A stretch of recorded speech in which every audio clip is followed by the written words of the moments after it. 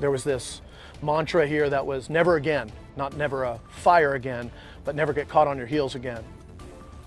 Well, California firefighters once again in the midst of another wildfire season. Up and down the state, fires continue to pop up, putting communities in danger. And those flames mixed with strong winds and dry grass, creating the perfect recipe for these fires to explode in size, prompting evacuation orders in several areas. And this morning, smoke expected to creep its way into the valley and Delta areas, creating dangerous health conditions for surrounding communities. Well, thank you for watching ABC 10 Morning News. I'm Conchetta Callahan. As you see, wildfire season is well underway. And I'm Jordan Tolbert. At ABC 10, we stand for you, and we're tracking the latest in our state's firefight. So take a look at this. Here are the major fires burning right now across the state. In Sonoma County, the Point Fire now over 1,000 acres with 20% containment.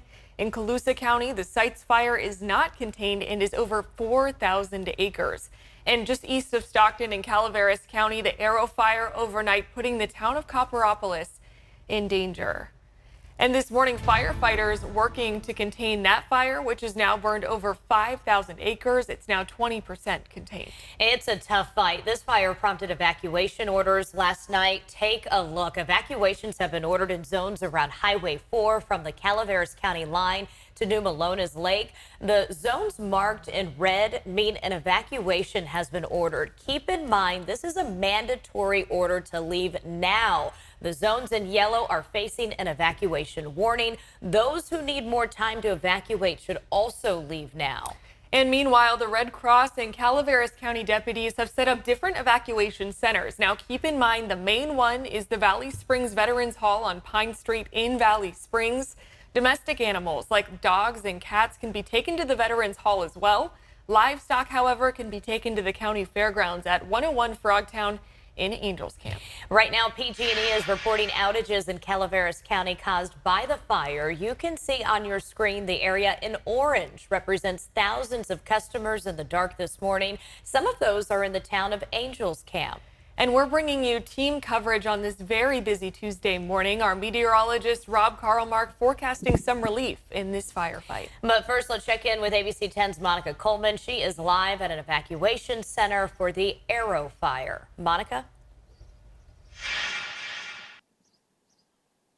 I'm in Valley Springs this morning at the evacuation shelter, and we've watched all morning as people have arrived here with everything they own in their cars, a suitcase full of clothes, their small animals, their pets, their cats, their dogs, looking to find some shelter. Take a look behind me. You can see as many of them are waking up at this shelter as well. They came here last night looking for a place to go as they had to leave their homes due to the Aero Fire.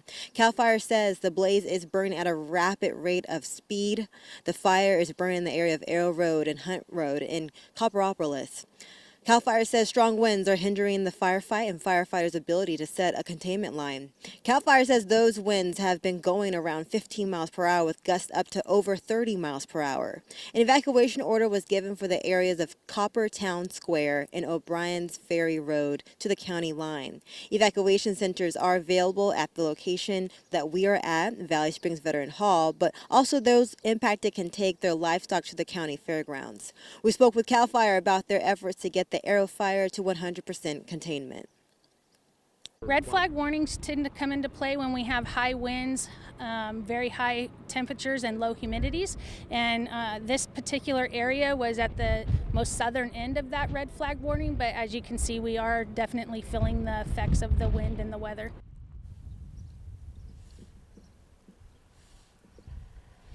Evacuation warnings in Tuolumne County were issued for O'Brien's Ferry Road from the Tuolumne-Calaveras County line to Highway 108 due to the direction of the fire. However, no evacuation orders have been given for that area just yet.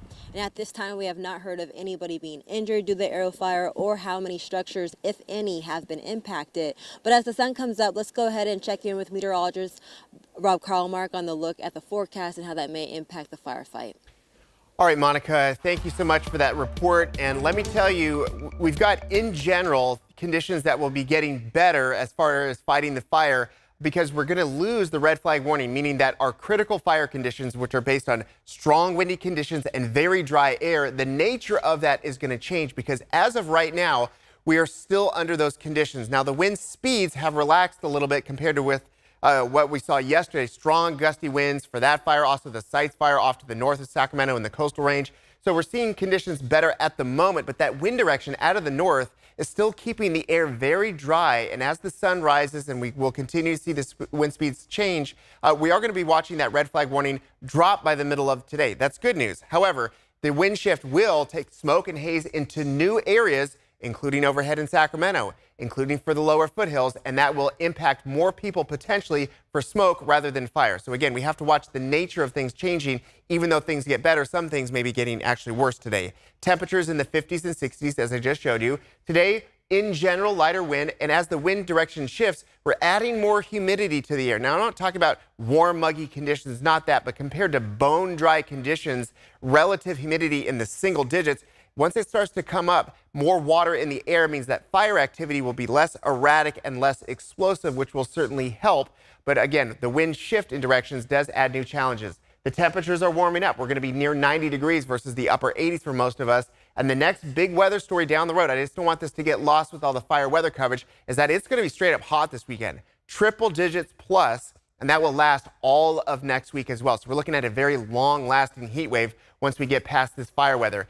The area contained in the pink area, this is covered under a red flag warning through about noon today, and then watch the wind direction shift. Now, typically when I talk about this, your delta breeze effect, it's typically a positive story. And that is in general true because you're going to be adding in ocean cooled air. It helps you cool down overnight. In this particular situation, it adds more humidity, but for the existing established fires, the Sites fire as well as the Aero Fire, which is in this location, it's going to spread smoke and haze to new directions, and specifically for the Aero Fire, it could be taking it uphill.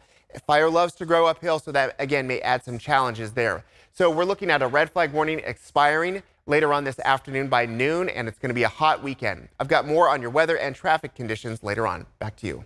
Rob, thank you. Meanwhile, we're continuing to follow several other wildfires across the state. Take a look. The Post fire down in Southern California continuing to pose a problem as it grows towards 16,000 acres burned. The Excelsior fire in Sacramento County has now been contained. Both the Junes and Rocky fire in Butte County now nearing containment. And California is not the only one dealing with fires this morning. Check out this fire in New Mexico. This is just south of Albuquerque, and it broke out yesterday. It's being called the South Fork Fire. Nearby residents in the town of Ruidoso were ordered to quickly evacuate from this fast-moving fire. This is the time to think about what you need to grab if you have just minutes to evacuate. Remember the 6 Ps, people and pets, your important papers, prescriptions, pictures, personal computers, and plastic, such as credit cards and ATM cards for cash. And remember, as we monitor these wildfires, you can always stay up to date with the ABC 10 app. It is free to use and to download.